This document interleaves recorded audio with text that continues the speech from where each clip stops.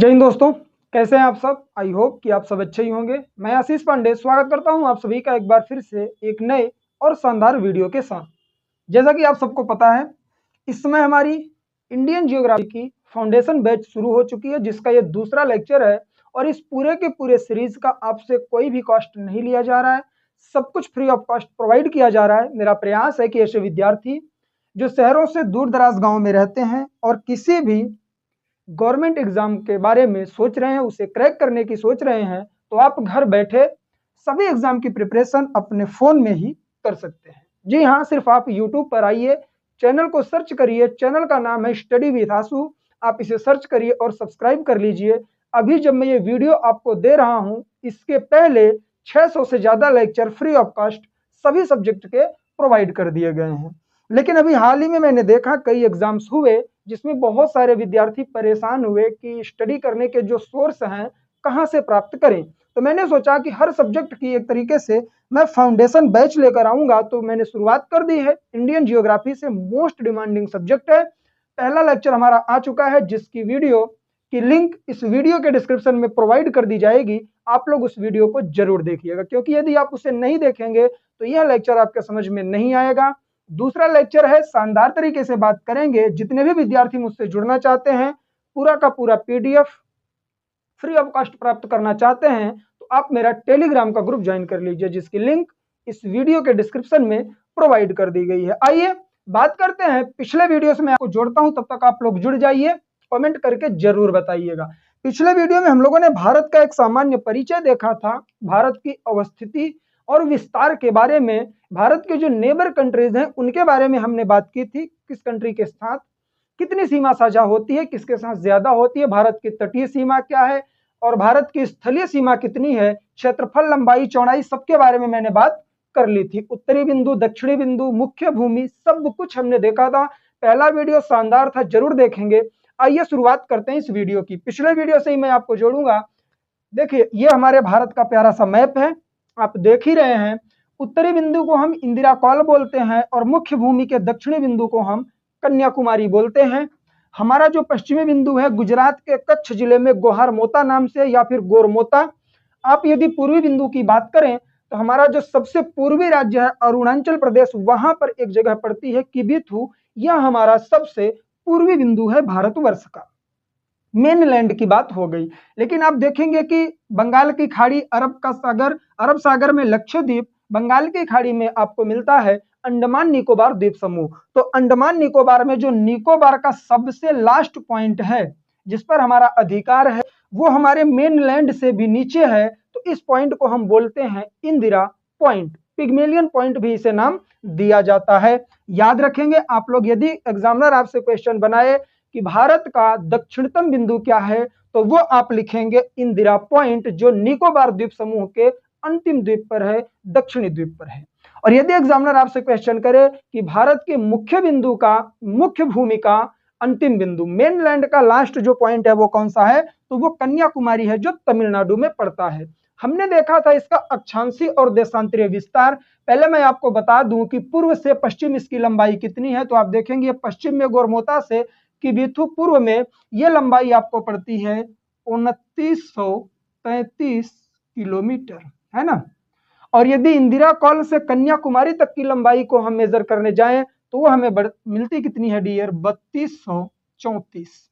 ठीक, याद रखेंगे आप लोग, 3214, माफ करिएगा, 3214 किलोमीटर ये आपको पड़ेगी। उत्तर से दक्षिण लंबाई, पूर्व से पश्चिम 2933 किलोमीटर पड़ती है। पिछले वीडियो में मैंने आपसे बात किया था अक्षांशीय विस्तार, देशांतरीय विस्तार। उसे समझने से पहले आपको यह देखना होगा कि अक्षांश और देशांतर एक्चुअल में कौन सी रेखाएं हैं, क्यों बनाई गई, इनकी आवश्यकता हमारे भूगोलवेत्ताओं को क्यों पड़ी, कब बनाई गई, किसके आधार पर किसका निर्धारण होता है।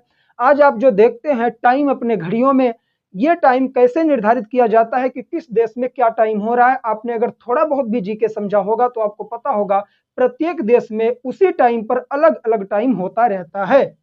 क्यों होता है उसके बारे में बात करेंगे।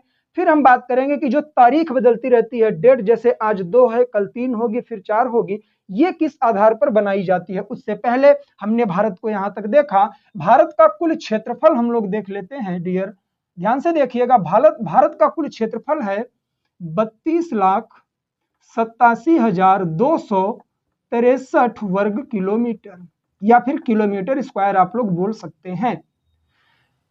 भारत का कुल क्षेत्रफल 32,87,263 वर्ग किलोमीटर। और यदि मैं स्थान की बात करूं, भारत विश्व में स्थल की दृष्टि से या क्षेत्रफल की दृष्टि से किस रैंक पर आता है, तो वो आता है 7वें रैंक पर। तो इसका क्रम भी याद कर लीजिए। गर्मी बहुत है, मैं एक बार साइड होता हूं, आप लोग इसे नोट डाउन करते रहिए। गर्मी की वजह से पसीना बहुत ज्यादा हो रहा है, मेरी आवाज आप लोगों तक जाए इसके लिए मैंने क्या किया है, कूलर और फैन सब कुछ ऑफ कर रखा है। बस बने रहिएगा साथ में, हम लोग नया मिशन लेकर चले हैं, आपको फायदा जरूर होगा इससे। स्थान 7वां है। सबसे पहले पर कौन है सर, तो विश्व में क्षेत्रफल की दृष्टि से सबसे बड़ा देश रूस है। उसके बाद कनाडा है, रूस, कनाडा, अमेरिका, चाइना, उसके बाद ऑस्ट्रेलिया, रुकची और ब्रा, उसके बाद ब्राजील, ऑस्ट्रेलिया और भारत। ठीक है, ये चीजें याद रखिएगा। 7वें स्थान पर है, मैं यहां लिख देता हूं रसिया, कनाडा, और यहां पर चाइना, अमेरिका या फिर यूएसए आप लिख सकते हैं, रुकची और ब्राजील, ऑस्ट्रेलिया और भारत, इंडिया।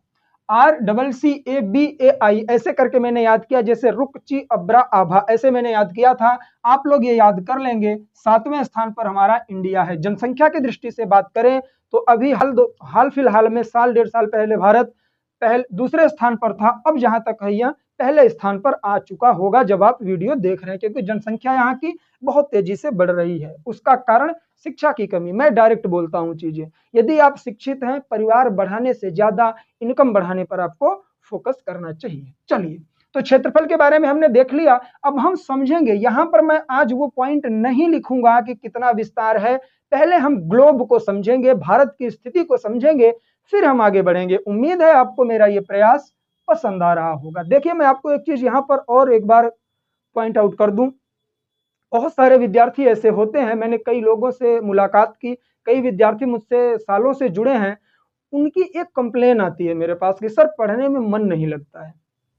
मैं आपको एक एग्जैक्ट पॉइंट बता दूं, आपका पढ़ने में मन तभी नहीं लगेगा जब आपको क्लियर नहीं होगा कि आप इस एग्जाम की प्रिपरेशन क्यों कर रहे हैं, आप ये जॉब क्यों लेना चाहते हैं। जिस दिन आप ये समझ जाएंगे उस दिन आप स्टडी टेबल के पास से उठने वाले नहीं है। तो ये कोई एक्सक्यूज नहीं है, मन लगा के पढ़ते रहिए, सिर्फ फोकस अपने गोल पर करिए और ये जानने का प्रयास करिए कि जब आप बैठ के ये सोच रहे हैं कि सर मैं पढ़ूं या ना पढ़ूं, कल पढ़ लूंगा, उस समय कोई विद्यार्थी बैठ के पढ़ रहा होगा और आप उससे पीछे हो रहे हैं।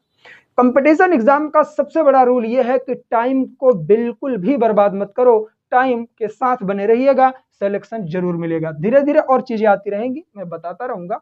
ग्लोब पर आते हैं। हमारी पृथ्वी है, पृथ्वी में हम कैसे समझ पाते हैं कि ऑस्ट्रेलिया हमारे पूर्व में है कि पश्चिम में है, अमेरिका हमारे पूर्व में है या पश्चिम में, हम किस देश के किस दिशा में हैं। तो उसके लिए हमारे भूगोलवेत्ताओं ने क्या किया कि पृथ्वी को कई रेखाओं में और दिशाओं में बांट दिया। सबसे पहले उन्होंने पृथ्वी को एक गोला आकार दिया और उन्होंने कहा कि ये जो ऊपर की साइड है ये उत्तर होगी, नॉर्थ, नीचे होगा साउथ अर्थात दक्षिण, और ऐसे खड़े हो तो इस साइड में आपको मिलेगा ईस्ट अर्थात पूर्व, और इस साइड में मिलेगा वेस्ट अर्थात पश्चिम। मतलब कि पूरे की पूरे पृथ्वी को उत्तर, दक्षिण, पूर्व, पश्चिम 4 दिशाओं में बांट दिया गया। अब बात आ रही थी कि सिर्फ दिशाओं से काम नहीं चलेगा, हमें दूरी भी मापनी है। तो क्या किया गया कि इस पूरे पृथ्वी को उत्तर से दक्षिण 2 भागों में बांट दिया गया और वहां एक रेखा खींची गई जो आप रेड कलर की देख रहे हैं, पूर्व से पश्चिम। इसे हम बोलते हैं 0 डिग्री अक्षांश, ठीक है, या फिर आप इसे भूमध्य रेखा बोलते हैं। क्या बोलते हैं डियर? भूमध्य रेखा। ये जो लेटी हुई रेखाएं हैं ग्रीन कलर की, इन्हें क्षैतिज रेखाएं हम बोलते हैं, और ये अक्षांश रेखाएं हैं। और ये जो खड़ी रेखाएं ब्लैक कलर की आप देख रहे हैं, इनका डिस्टेंस बढ़ता जा रहा है, ये देशांतर रेखाएं कहलाती हैं। इन 2 रेखाओं का निर्माण क्यों किया गया, क्यों ये काल्पनिक रेखाएं बनाई गई, वही हम समझने का प्रयास करते हैं। सबसे पहले हम आते हैं अक्षांश रेखाओं पे। तो अक्षांश रेखा की बात करें, 0 डिग्री अक्षांश रेखा हमें क्या करती है, दो बराबर भागों में बांट देती है। ऊपर के भाग को हम कहते हैं उत्तरी गोलार्ध, ये पूरा का पूरा। दक्षिण के भाग को हम क्या बोलते हैं डियर, ये हमारा दक्षिणी गोलार्ध कहलाता है। पूरा गोलार्ध है, ग्लोब है, उत्तरी गोलार्ध, दक्षिणी गोलार्ध। इसका निर्धारण कैसे होता है, भूमध्य रेखा से होता है। समझ गए आप लोग। अब बात करते हैं इसके बारे में, सर कुल कितनी अक्षांश रेखाएं हैं। अक्षांश रेखाएं उत्तर और दक्षिण में बांट तो रही है हमें, लेकिन इन्हें काउंट करें तो ये कुल कितनी है, तो वो देखेंगे हम लोग। कुल अक्षांश रेखा, लिखिए मेरे साथ, कुल अक्षांश रेखा। इसका उपयोग बताऊंगा, पहले आप थ्योरी को कंप्लीट कर लीजिए। कुल अक्षांश रेखाओं की बात करूं तो जो ये उत्तरी गोलार्ध है, उत्तरी गोलार्ध में कितनी, 90, दक्षिणी गोलार्ध में भी 90, टोटल हो गई 180, है ना। यही आप कंफ्यूज होते हैं। एग्जाम में आया कि पूरे ग्लोब पर कुल कितनी अक्षांश रेखाएं हैं, तो आप मार्क कर देते हैं, ऑप्शन ए में ही रहता है 180, आप इसे टिक कर देते हैं, जो पूरी तरीके से गलत है।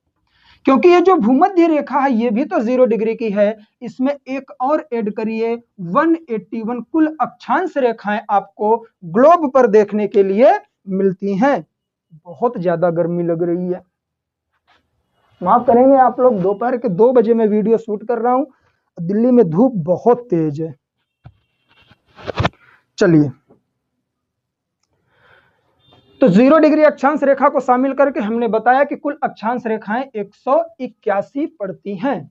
कुछ महत्वपूर्ण रेखाओं का नामकरण मैं कर देता हूं। जैसे उत्तरी अक्षांश में जाएंगे तो ये इनको डिग्री में डिवाइड किया गया है कि 2 डिग्री, 4 डिग्री, 6 डिग्री, ऐसे, ठीक है ना। तो एक रेखा है जो 23.5 डिग्री उत्तरी अक्षांश पर है, 23.5 डिग्री उत्तरी अक्षांश, उत्तरी अक्षांश रेखा।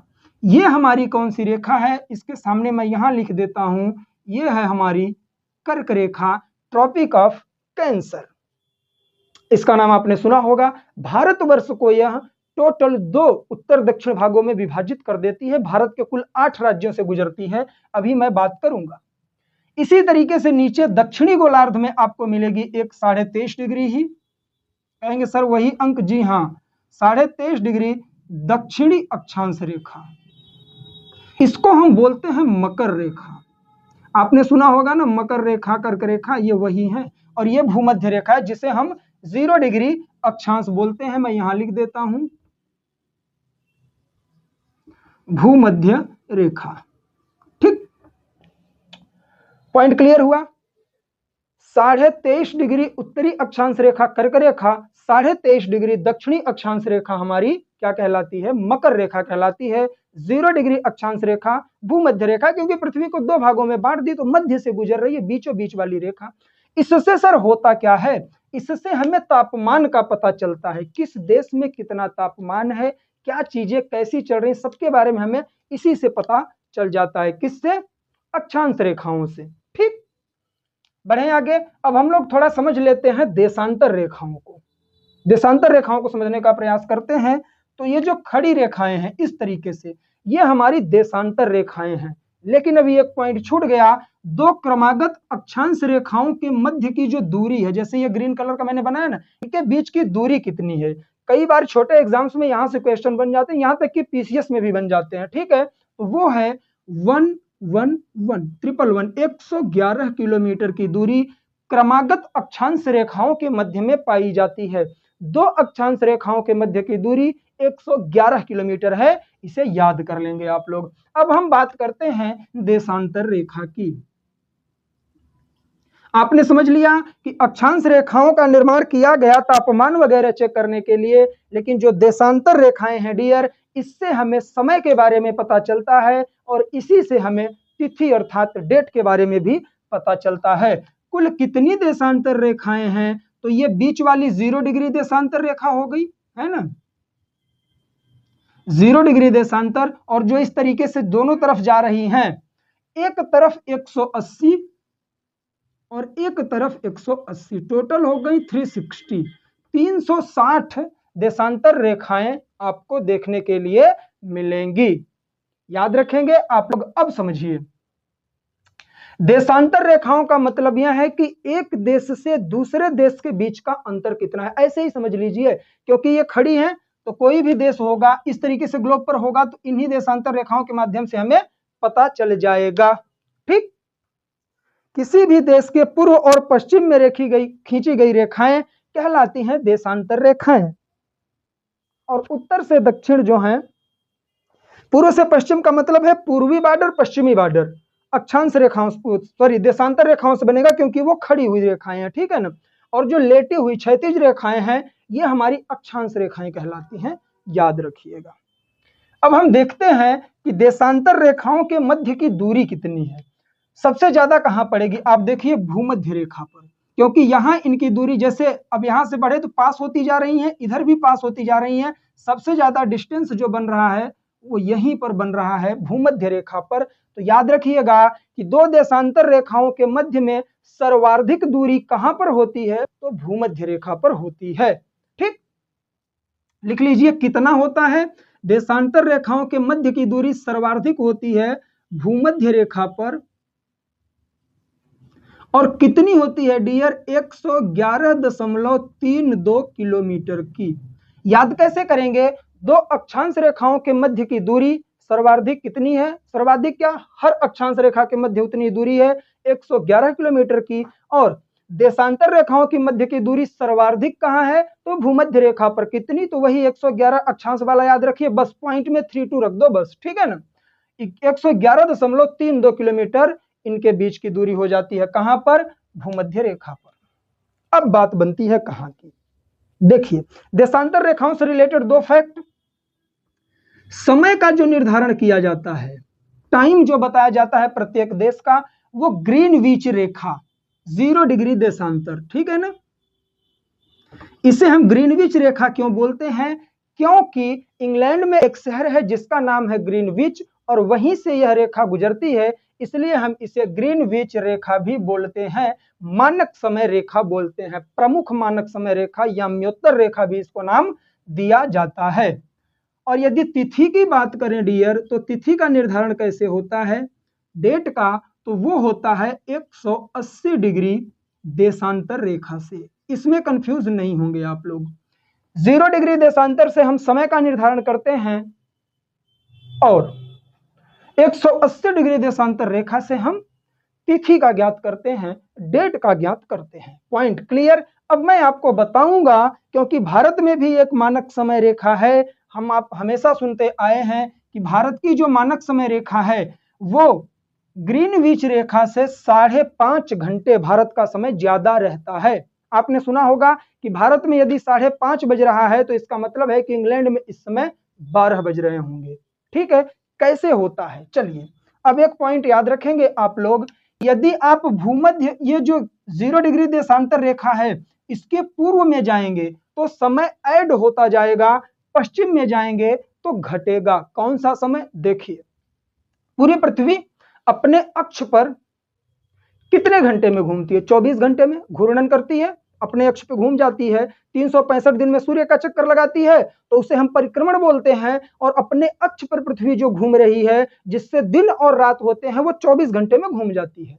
तो मतलब 24 घंटे में पूरा सर्कल पूरा कर ली तो एक सर्कल 360 का होता है 360 डिग्री का। अब समझने का प्रयास करेंगे आप लोग, जो पृथ्वी है ये 24 आवर्स में कितना जाती है, 360 डिग्री। तो हम ये पता कर लें कि यह 1 घंटे में कितने डिग्री घूमती है, ठीक। तो यह 1 घंटे में 360 में आप क्या करेंगे, 24 से मल्टीप्लाई कर डिवाइड कर देंगे 24 से, तो कितना आ जाएगा, ये आ जाएगा 15, है ना, 15 डिग्री आ जाएगा। मतलब कि पृथ्वी 1 घंटे में 15 डिग्री का घूर्णन करती है, ये याद रखेंगे। अब आगे बढ़ते, क्योंकि देशांतर रेखाओं को भी डिग्री में ही डिवाइड किया गया। जैसे भारत की जो मानक समय रेखा है मैं यहां बना देता हूं, ये ऐसे गुजरती है यहां से, ठीक, और ये है 82.5 डिग्री पूर्वी देशांतर, ठीक है। अब आप समझेंगे कैसे, और मैं अभी से लिख दे रहा हूं, यह 5 घंटे 30 मिनट ज्यादा रहती है। किससे? ग्रीनविच टाइम से। ठीक है, मानक समय से 5.5 घंटे का समय ज्यादा होता है भारतवर्ष में। मानक समय रेखाएं होती क्या है, क्यों बनाई जाती हैं, सब कुछ बताऊंगा मैं आपको। ठीक है, अभी आप समझिए।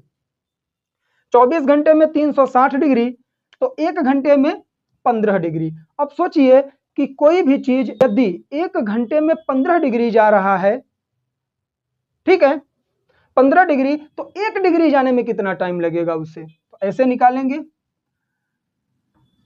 15 डिग्री बराबर 60 मिनट, क्योंकि 1 घंटे में 60 मिनट होता है। ठीक, तो 1 डिग्री में, 1 डिग्री की गति तय करने में कितना समय लगेगा? तो 60 में से 15 से डिवाइड कर दीजिए, 4 मिनट का टाइम लगेगा 1 डिग्री आगे बढ़ने में। मतलब अब समझिए मैं आपको ये फॉर्मूला क्यों बता रहा हूं, फिर से सुन लीजिए, इंपॉर्टेंट है, यहां से क्वेश्चन बनता है। क्वेश्चन का फॉर्मेट सुनिए कि इस समय इंग्लैंड में 10:12 हो रहा है, तो एक देश जो 82 डिग्री या फिर जो 32 डिग्री पूर्वी देशांतर रेखा पर स्थित है, उसमें इस समय कितना टाइम हो रहा होगा। ऐसे क्वेश्चन आपने देखा होगा, वो यहीं से सॉल्व होते हैं। ठीक, 0 डिग्री के आगे बढ़ोगे आप, मतलब 1 डिग्री बढ़ोगे तो 4 मिनट हो जाएगा। अब एग्जाम्पल के तौर पर मैं भारत को समझाता हूं। ग्रीनविच रेखा 0 डिग्री, भारत की है 82.5 डिग्री। तो क्या करेंगे आप, 82.5 डिग्री में मल्टीप्लाई कर दें 4 का। पहले 82 में 4 का कर लो, बहुत इजी वे में बताता हूं मैं। तो 4 दूनी में 8, 4 8 में 32, 328 मिनट हो गया। अब यदि 1 डिग्री 4 मिनट का है, तो आधा डिग्री, क्योंकि 1/2 है, ये 2 मिनट का हो जाएगा। कितना हो गया? 330 मिनट। अब 330 मिनट को आप घंटे में कन्वर्ट करिए, समझ जाएंगे, क्योंकि 1 घंटे में 60 मिनट होता है, तो 330 मिनट में आप 60 से डिवाइड कर दीजिए, 6 पंजे में 30, बचा कितना? 30। ठीक है, तो ये आ गया 5.3, मतलब कि 5:30 आएगा, 5:30, मतलब 5.5 घंटा ज्यादा है, क्योंकि 330 में 60 से आप डिवाइड करेंगे तो आपको 5 घंटे 30 मिनट निकल के आ जाएगा।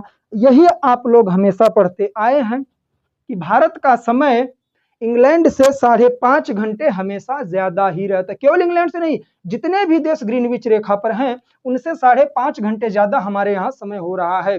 मतलब कि यदि हमारे यहाँ इस समय 5:30 बज रहे हैं, तो वहां पर 12 ही बज रहा होगा। तो इस तरह से क्वेश्चन यदि आपसे बने कि मान लीजिए कोई देश जो इस समय 5 डिग्री देशांतर रेखा पर स्थित है, और इस समय देशांतर रेखा पर बज रहे हैं 10, ठीक है, और 5 डिग्री देशांतर रेखा पर स्थित देश का समय बताइए। तो 5 डिग्री है, तो 1 डिग्री जाने में 4 मिनट, तो 5 डिग्री में मतलब 20 मिनट लग गया, मतलब वहां 10:20 हो रहा होगा। इधर जाएंगे प्लस होगा, और इधर जाएंगे तो ये माइनस हो जाएगा, फॉर्मूला सेम रहेगा। अब थोड़ा इसको समझ लीजिए, मानक समय रेखा हमारे भारत की ऐसी क्यों है? क्योंकि यहाँ भारत को 2 बराबर क्षेत्रों में डिवाइड करती है, पूर्व पश्चिम में, और यही रीजन है कि भारत में जितनी भी घड़ियां आप पहनते हैं, यूज करते हैं, सब में एक ही टाइम होता है। प्रत्येक देश का मानक समय निर्धारित करने के लिए मानक समय रेखा निर्धारित की गई है। ठीक है, तो भारत की 82.5 डिग्री है, कितने राज्यों से होकर जाती है पूछा जाता है। तो पहला आपको पड़ेगा यूपी, दूसरा पड़ेगा आपको एमपी, तीसरा पड़ेगा आपको छत्तीसगढ़, चौथा पड़ेगा आपको उड़ीसा, और पांचवा पड़ेगा आपको आंध्र प्रदेश। इस तरीके से यहाँ पर यूपी, उसके बाद यहाँ पर मध्य प्रदेश, फिर छत्तीसगढ़, उड़ीसा, आंध्र प्रदेश। ठीक, 5 राज्यों से होकर गुजरती है। कर्क रेखा की यदि मैं बात करूं, इस तरीके से यहां पर कर्क रेखा गुजरती है भारत के 8 राज्यों से होकर। ठीक, तो कर्क रेखा भारत के कुल 8 राज्यों से गुजरती है। तो वो कौन कौन से राज्य हैं, मैं लिख रहा हूं, आप लोग सुन के लिखिएगा। सबसे पहले हम लिखेंगे गुजरात,